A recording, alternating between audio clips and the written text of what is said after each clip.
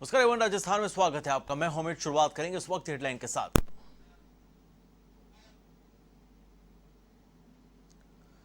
नगर निगम चुनाव को लेकर कांग्रेस बीजेपी में तैयारियां शुरू। पीसीसी चीफ डोटासरा ने मुख्यमंत्री संग किया मंथन, तो बीजेपी अध्यक्ष पूनिया ने किया मंडल प्रभारी नियुक्त।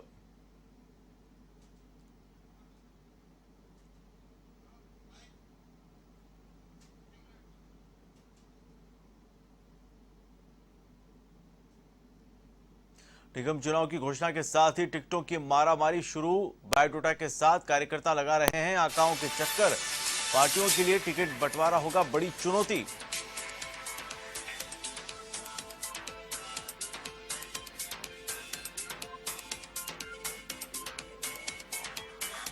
श्रीगंज के जोगापुरा में महिला ने 2 बच्चों समेत की आत्महत्या। पानी के टांके में कूदकर दी जान। पुलिस कर रही है मामले की जांच।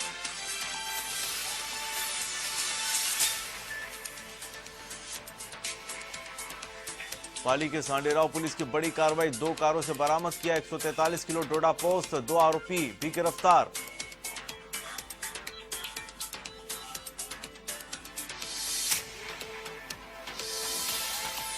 राजस्थान में भी कोरोना का कहर जारी। कोरोना संक्रमितों की संख्या 1,56,000 के पार, तो प्रदेश में दिखने लगा नो मास्क नो एंट्री का असर।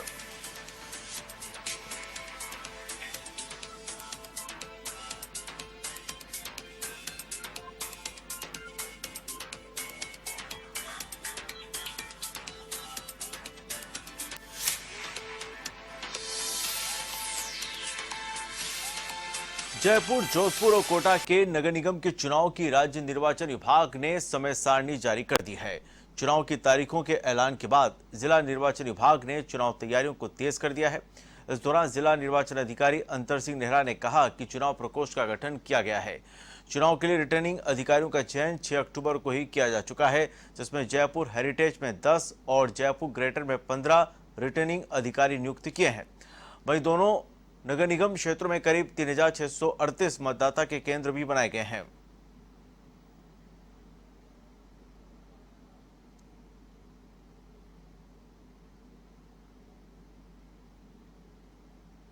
निगम चुनाव चूंकि वर्तमान में हमारे पंचायत चुनाव चल रहे थे, उसी अनुसार प्रकोष्ठ गठित हुए थे। उन्हीं प्रकोष्ठों को अभी वापस एक कोविड प्रकोष्ठ अलग और बनाते हुए प्रकोष्ठ का गठन कर दिया गया है।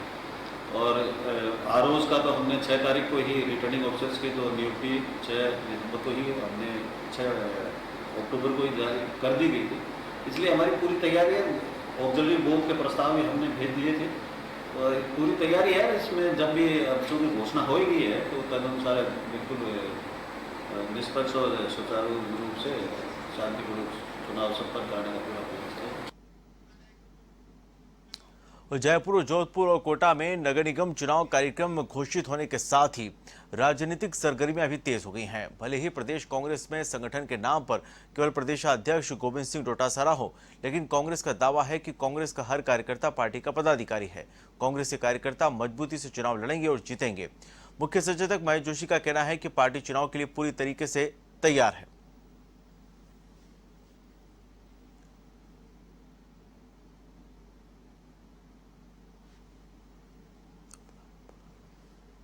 दावे तो जो भी पार्टी चुनाव में जाती है दावे सब करती है। कोरोना में भारतीय जनता पार्टी ने कोई सेवा नहीं करी। सारी सेवाएं तो कांग्रेस के कार्यकर्ताओं ने की है या सरकार ने की है। वो तो अपने विधायक कोष का पैसा तक अपने क्षेत्रों में राहत कामों में नहीं लगा सके, राशन के लिए नहीं दे सके। ऐसे में उनका ये दावा करना कि कोरोना में सेवा किए नितांत झूठ है। मैं पहले भी कह चुका हूँ कि अगर कोई झूठ पकड़ने की मशीन हो राजनीति में तो भारतीय जनता पार्टी के लोग उसके अंदर, उनका कोई सानी नहीं है, कोई आसपास नहीं टिकता उनके। इस कदर झूठ बोलते हैं, इस तरीके से झूठ बोलते हैं। तो मैं कुल मिला के ये कह सकता हूं कि सरकार ने खूब सेवा करी, कांग्रेस के कार्यकर्ताओं ने खूब सेवा करी।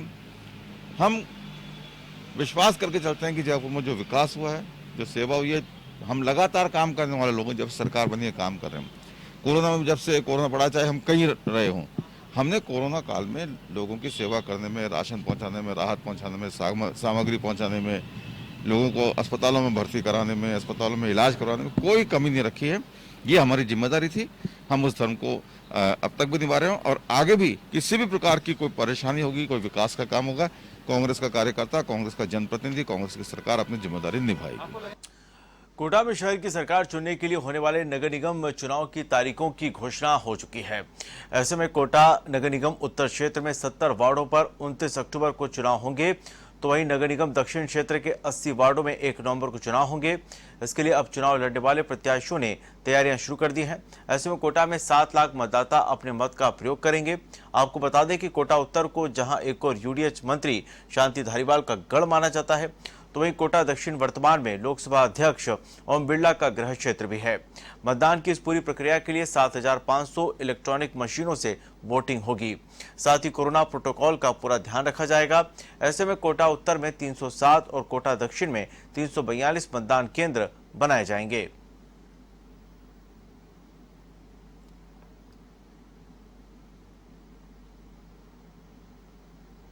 संक्रमण के बीच आखिरकार नगर निगम के चुनाव की तारीख घोषित हो गई है।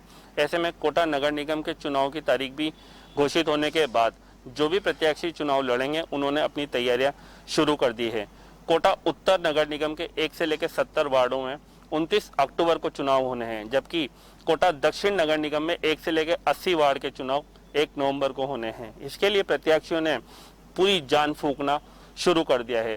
नगर निगम के चुनाव की तारीख घोषित होने के बाद जो भी प्रत्याशी चुनाव लड़ेंगे वो लगातार इस मुहिम में लगे हुए हैं कि किस तरह से उनको जीत हासिल करनी है और किस तरह से पार्टी आला कमान को अपने कामों से संतुष्ट करना है ताकि वो टिकट दे सकें और टिकट पर चुनाव लड़ सकें। इसके लिए कोटा उत्तर में दिग्गज नेता शांति धारीवाल जो कैबिनेट में अभी मंत्री हैं वो किसको टिकट देते हैं देखने वाली बात होगी।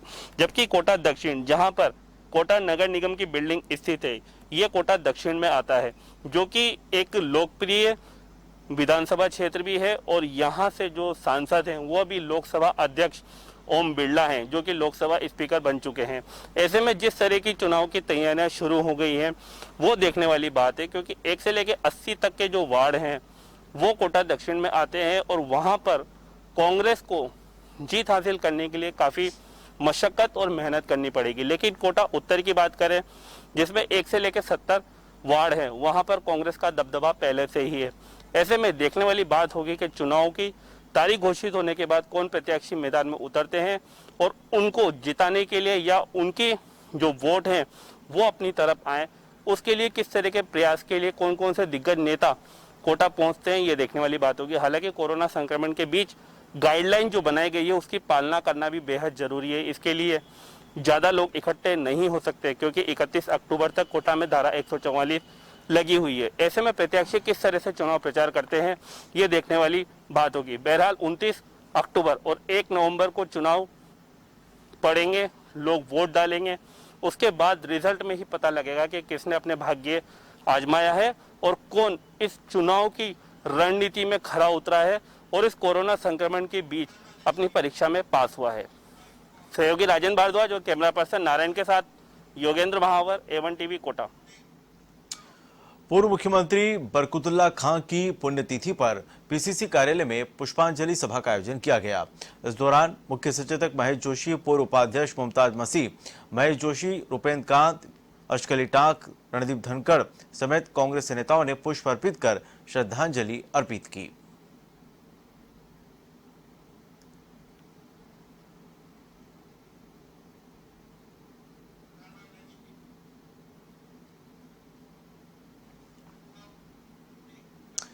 केंद्रीय मंत्री गजेंद्र सिंह शेखावत बीकानेर दौरे पर है, जहां भाजपा कार्यकर्ताओं ने उनका स्वागत किया। इस दौरान केंद्रीय मंत्री शेखावत ने व्यापारियों से मिलकर चर्चा की और वर्तमान में केंद्र सरकार द्वारा लाए गए तीनों कृषि बिलों के बारे में विस्तार से बताया। मंत्री ने बताया कि हमारी सरकार व्यापारियों के साथ है और उनके साथ किसी भी प्रकार का भेदभाव नहीं किया जाएगा और इन बिलों से किसानों को और व्यापारियों को किसी भी प्रकार का नुकसान नहीं है, बल्कि दोनों का ही फायदा है।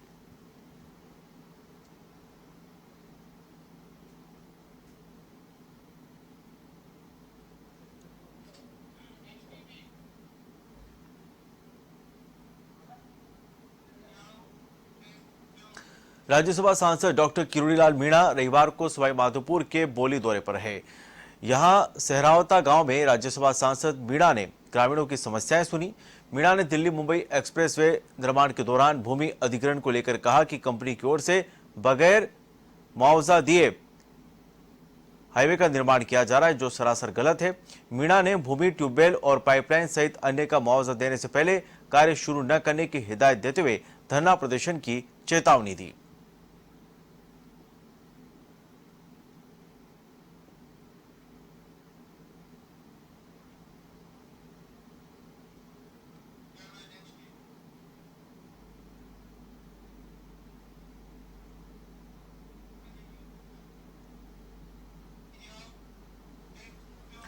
त्योहारी सीजन में खाद्य पदार्थों में मिलावट की शिकायतें ज्यादा आती हैं, जिसे देखते हुए चिकित्सा मंत्री डॉक्टर रघु शर्मा ने प्रदेश भर में शुद्ध के लिए युद्ध अभियान शुरू करने के निर्देश दिए हैं। चिकित्सा मंत्री के निर्देशों पर 12 से 16 अक्टूबर तक विशेष अभियान शुरू किया जा रहा है। अभियान के तहत दूध और दूध से बने उत्पादों के नमूने लेकर उनकी जांच की जाएगी। अभियान को लेकर जयपुर सीएमएचओ डॉक्टर नरोत्तम शर्मा ने बताया कि त्योहारी सीजन में मिठाइयों की जांच के लिए विशेष टीमें लगाई गई हैं, जिससे कि मिलावट को रोका जा सके।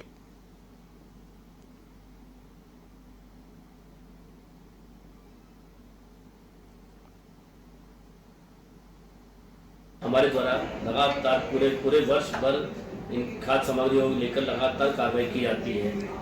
जब भी कोई विशेष त्यौहार आते हैं उस दौरान हमारे विशेष अभियान भी चलाया जाता है, जिसके अंदर ज़्यादा मात्रा में लोगों की शिकायत पे बिना शिकायत पे अच्छा छाव मार के कार्रवाई करते हैं।